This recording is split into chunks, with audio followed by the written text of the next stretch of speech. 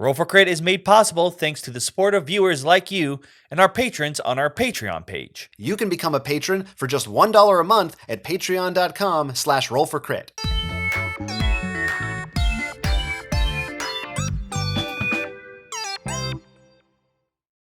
Here Be Dragons, released here in this Roll for Crit preview.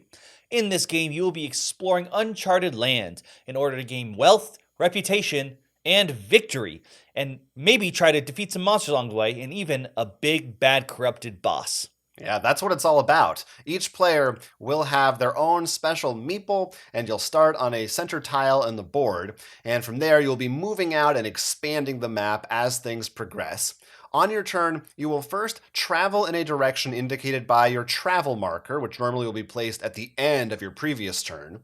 And if you are pointing to a space that doesn't have a hex tile in it, then you will draw one randomly from the bag and place it there, and to see what you discovered. Could be a water tile, could be a land tile of different varieties, plains, maybe it has a mine on it, maybe there are monsters to discover there. All sorts of things could await you. And then once your turn begins, you will draw an event card. Now, some of these event cards go into your hand and they're items that you can use in the future for combat or to mess with your opponents, while some of them are things that will be choices for you to have to make, or even quests that are placed available face up for anyone to attempt to conquer later on.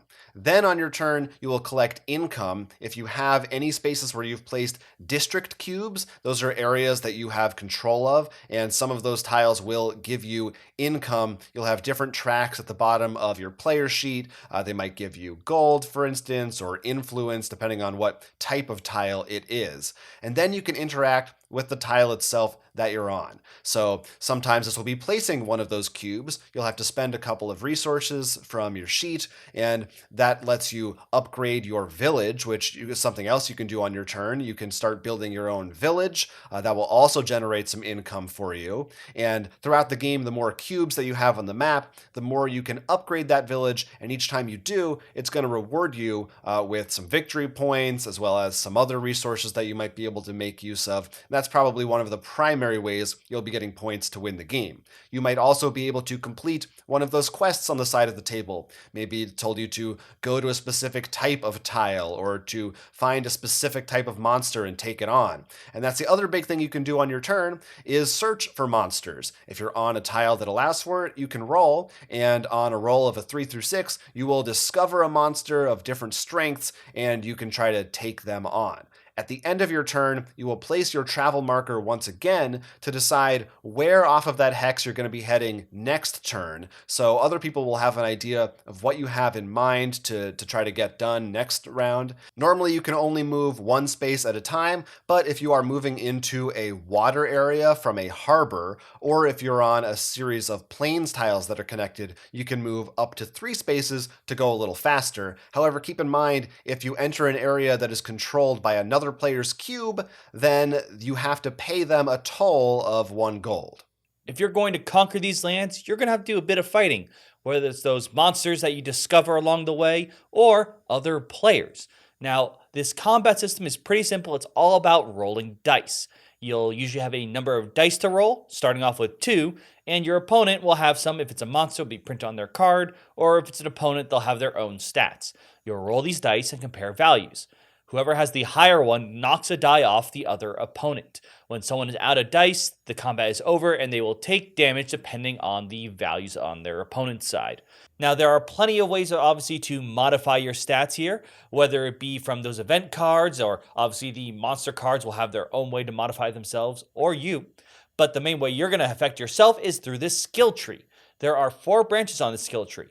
You'll only be able to go up 2 of them, and one of them will have to be this gear tile. It's pretty much your armor and defense, but that will either let you modify some dice or add some dice depending on how you go. All the branches do have their own little fork afterwards, so you'll have to make some choices later on. But mainly you're going to need to decide after your gear branch if you're going to go for melee, ranged, or magic. Now, they have their own little subtext here, for example, doing extra damage to dragons or maybe affecting your opponent's 3s. But you'll notice on monster cards that they may give you a bonus or penalty for using a specific weapon type. So that's the other thing you're going to have to pay close attention to. As you move up these trees, they'll let you roll more dice, meaning you'll have more chances to not only beat your opponent's dice, but also you'll be able to take more hits. When you take hits, whether it's to your opponent or to yourself, you have a life track. You'll start with 10 life, and you hit 0, you will die. That just means you're going to have to reset some gear and spawn back in, unless you're fighting against the boss, in which case there'll be some special rules depending on which boss you chose. Now, if you are able to survive and you have some life left and you're a little low, you can go back to one of your own settlements and heal. Depending on the number of players, you could just go opposite ways and just seeing who can hit that victory point threshold first. Or if you have more players and things get a little crowded, you may be fighting each other in order to get those points and having to pay a lot of tolls if someone sets up a really annoying line. Yeah, the way that it's set up, the game, it feels very open ended because, like you said, you could explore the map in any direction that you want. So you might end up with everybody in one cluster. You might end up with it branching out in all kinds of crazy directions, and you aren't allowed to attack someone unless they have more victory points than you do. So they don't allow you to gang up on people who are falling behind, and I think primarily the combat between players is more of a way to have a catch-up mechanic, and so you have something to do towards the end of the game if someone's running ahead. Not as much about, that this isn't like a 4X game per se, although maybe you could assign those X's to it. But I don't think that the combat between players is really the focus. It's really about exploration and finding those monsters and progressing on your own skill trees and trying to find different ways to deal with those things as they arise. And it is really cool with some of those monsters because, like, you see a flying one, they tend to be weak against ranged because a ranged person can hit them much easier. And there's also the, I think they call the Sobet. They're a crocodile race, and they get a bonus if you're fighting them near a water tile. So that's another thing to keep an eye out for. Yeah, there's some interesting stuff like that. There's also some special tiles in there. Like there's a dungeon which requires you to fight through 3 different levels of strength monsters. There are actually 3 separate piles, and those monsters will be stronger, and they'll also give you better rewards if you manage to take them out. So depending on what you do, you might play it safe, and you might just try to build up your settlements and win that way, or you might run out there and just try to throw everything you've got against some powerful monsters and maybe hope to get lucky or hope you have some good items that will aid you in that fight. Definitely the village settlement part feels a little bit Catan-ish in the sense that you're slowly upgrading and getting some points, but you just have that one settlement. It's not like you're planting buildings everywhere. It's your cubes that are spreading your influence throughout the place. And then in addition to that aspect of it, again, it's the exploration and the monster combat. Well, speaking of monsters, there's also the big monster that we haven't brought up. There's the boss. Now, we only got to see one, but there will be a variety to choose from in the game.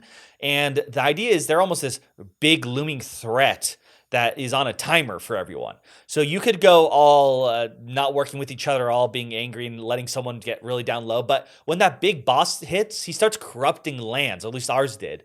And he had a lot of health. You almost really need to be like, everyone should be willing to go gear up, because if you die to him, you join his side. And the boss can win.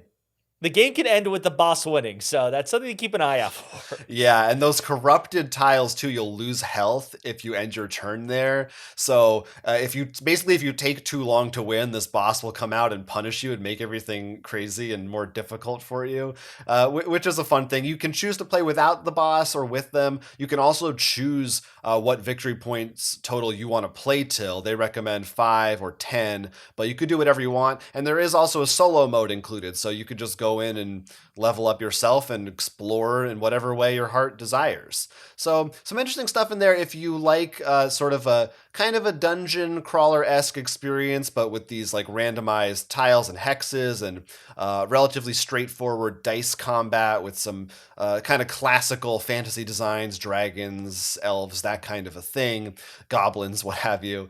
Then maybe you want to take a look at Here Be Dragons, which, it's all very appropriate for that title and that setting. It's the old school map exploration kind of thing. Where be dragons? They be in this game. It's a thing people say. That they do.